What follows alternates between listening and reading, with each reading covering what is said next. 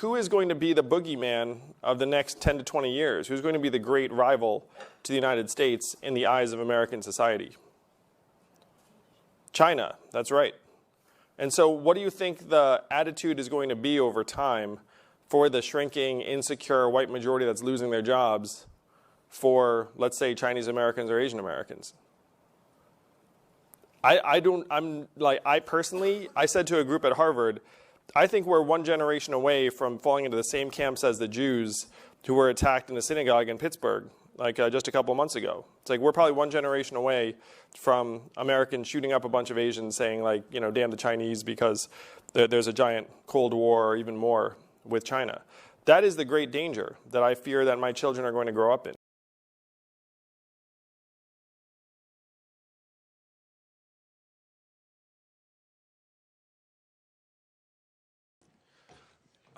I have a 6 and 3-year-old boy. I was imagining.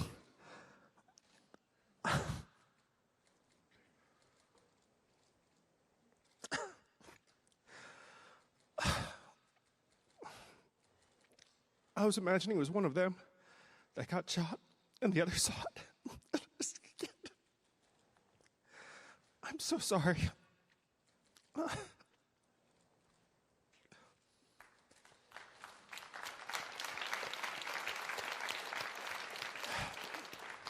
The biggest downside of running for president for me has been that I don't get to see my family very much.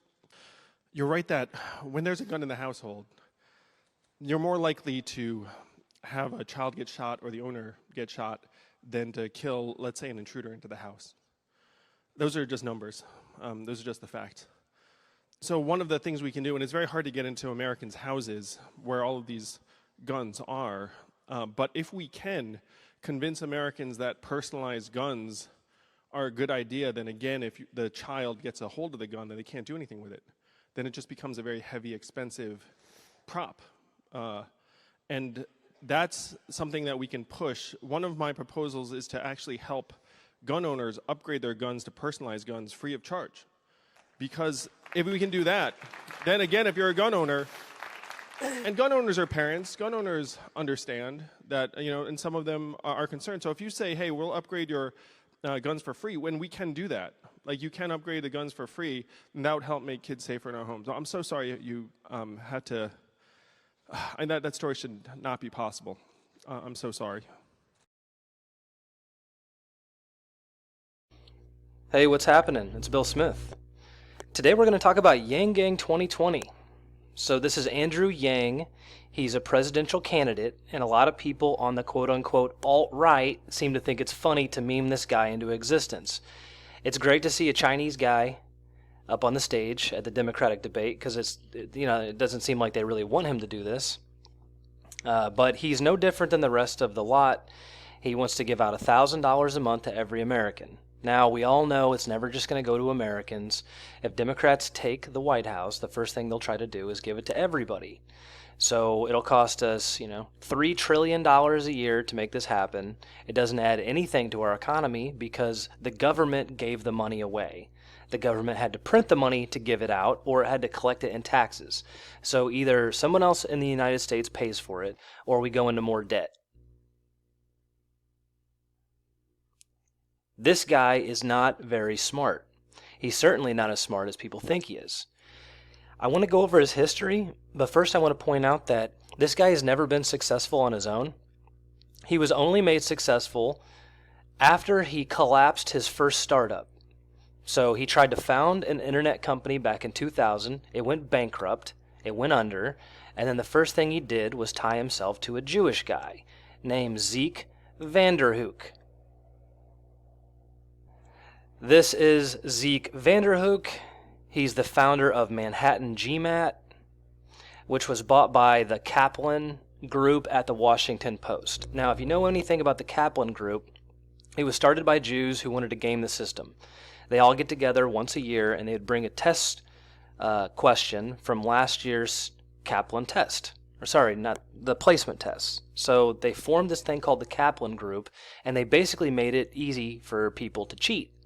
Because people found out early that a lot of times they don't change these tests around. Every year it's the same exact test, and all you have to do is memorize it. but people don't memorize things. So they said, bring in one question from last year's test, and then we'll collect them all, and then we'll tell people exactly what to study to pass the test. So this is how you game these systems. Now, my college entrance exam, I scored off the charts. Not really off the charts, but I was in like the top 0.5%. I didn't even study for the test. I didn't prep. I'm not like these people. I don't believe in cheating. I think you should just go in blind and see where you get. And my score was good enough to get me full scholarships on academic ability into colleges. The rest of these people cheat. Okay, so that's what this was about. This is a way to cheat.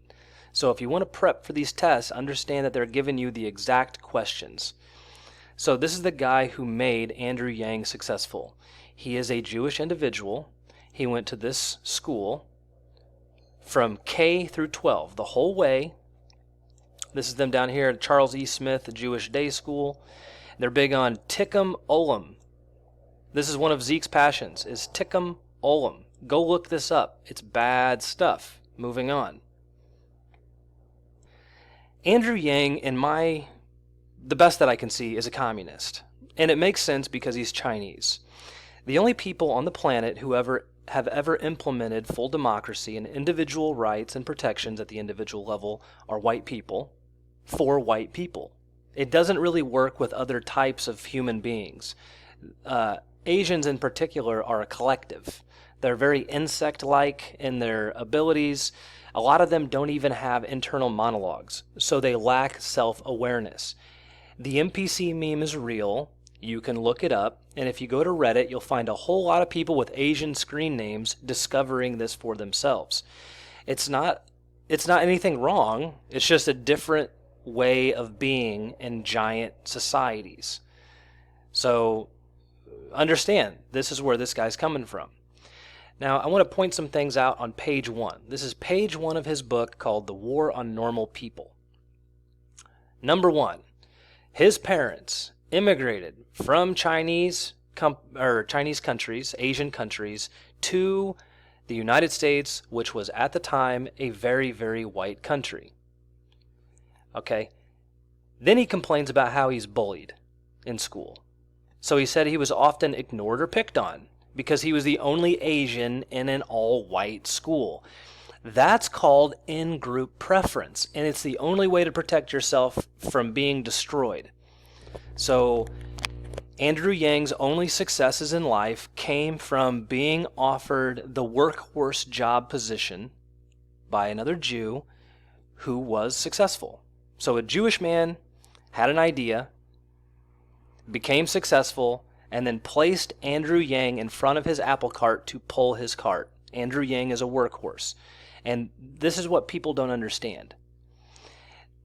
Asians do not innovate very well. And you can see this if you go look at charts for discoveries over the course of human history. Almost all innovations come from European countries. Now, the interesting part is that he really, really, really cries about this. And he says that his classmates offered frequent reminders as to his identity, his identity. So you're not allowed to have a white identity now because that's dangerous, because that's whenever people form a group, they stand up for themselves and they stick up for their communities. He, on page 1, brings up his Chinese identity. He also talks about his small dick. So he said he became quite self-conscious, started wondering if he did in fact have a small dick. Statistically, Chinese men have the smallest penises on the planet. So here's Andrew Yang himself saying, yes, small penis. Andrew Yang has a small penis. He admits it. Well, I wouldn't say he admits it. He comes very close, as close as you could without admitting that, yes, he does indeed have a small dick. Last, okay, pay attention to this. I became very, very angry. Now, a lot of us are angry, but a lot of us didn't start off this way. You become angry when you watch your country turn on you or when you don't get accepted the way you think that you should. Now, I'm not sure that I would complain if my parents immigrated to Japan, for a job that they could take away from another person over there in Japan, and then all the Japanese kids are mean to me at school. In fact, I would totally understand where they're coming from. No anger would come of that for me, because I would know that I'm stepping into someone else's culture, and I'm an outsider. And of course they should treat me that way. Do you want to have a country or not? The more foreigners that invade your country, the quicker your identity will be blown out of the country. So on page 1, Andrew Yang discusses his Asian identity, his small dick, and the fact that he became very, very angry. And now this person wants to run our country. All right, so where's this all coming from? Understand that Andrew Yang hates white people, and he connects to Jews. That's what he does. He gained success on the back of a Jewish man. He's never been successful on his own. He made all of his money with a Jewish guy. He was hated by whites at the school. He grew up in that culture. He became very, very angry. So here's some tweets that talk about it. These tweets are released right around the time he released his book. This is the tweet. It says, "I know it's true for everyone, but I feel terrible and terrified for my Jewish friends. My Jewish friends, not my white friends, not American citizens, but my Jewish friends. So many have lost family members to violence and anti-Semitism. Have they? It hits home for them like for very few others because of their history of persecution. Imagine having your worst fears realized." Now, if you've been kicked out of 109 countries in various different areas of the world, including Brazil and Honduras, by Hispanics and whites, white Europeans, and you've been expelled from China, you're not allowed to be Jewish in China. China put an end to that. You can go look that up. Whose fault is it? Now, if you would ask them, if you would ask Jews in Israel, they would say, well, people are just jealous of us because we're always successful. We succeed everywhere we go. And the rest of us would say, is that the reason? People don't like being destroyed. Nobody likes it. And eventually the population has enough and they correct themselves. The tweets go on. We have to turn around the hate. America is heading in the wrong direction and we have much to do more and think much bigger about possible solutions. Improving rhetoric will help but not address the root causes. America is set to become majority-minority by 2045. That's 27 years from now. And he admits this will be a truly dangerous time, particularly as we are decimating the most common middle-class jobs. Retail and truck driving. Economic stress adds to social polarization and violence. And this is where the $1,000 a month buy-off comes from. To me, the biggest, most positive move we could make is to replace the sense of scarcity with a sense of abundance, with citizens' dividend of $1,000 per month. This would alleviate stress levels, would it? Improve mental health, would it? And decrease economic and social tensions, would it? No, it didn't, because people are going to figure out who they're going to blame. You know who to blame. You're going to blame the people that came and took your shit. Andrew Yang's parents migrated to this country to come and take your shit. And lastly, this. If you're walking around worried, this is from Andrew Yang, if you're walking around worried about how to survive month to month, you are more likely to lash out and respond to hateful messages and ideas. No, that's not true. You're looking for a solution to a problem that Chinese people and Jewish people have provided you. They came and took your shit. And right now, everybody's playing every man for himself. Right now, everybody's saying, no, as long as I got mine, as long as I fucking got mine, fuck everybody else. And that's what you people out there listening to me are thinking.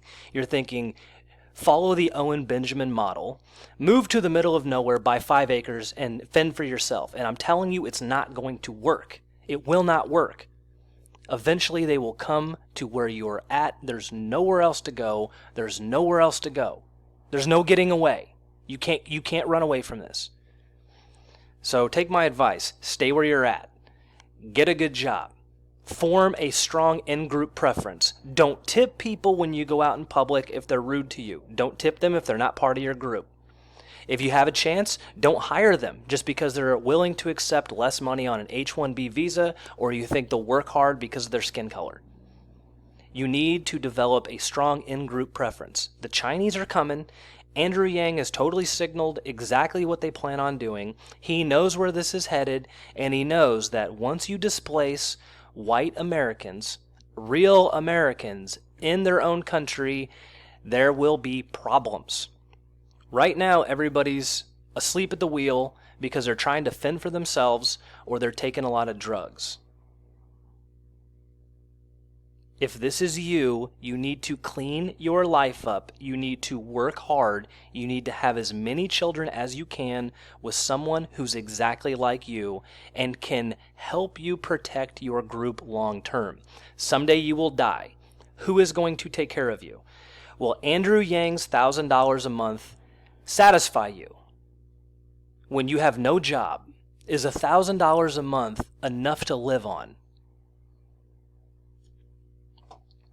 Also notice, you see these tweets are unavailable? So these are either blocked or banned by Andrew Yang.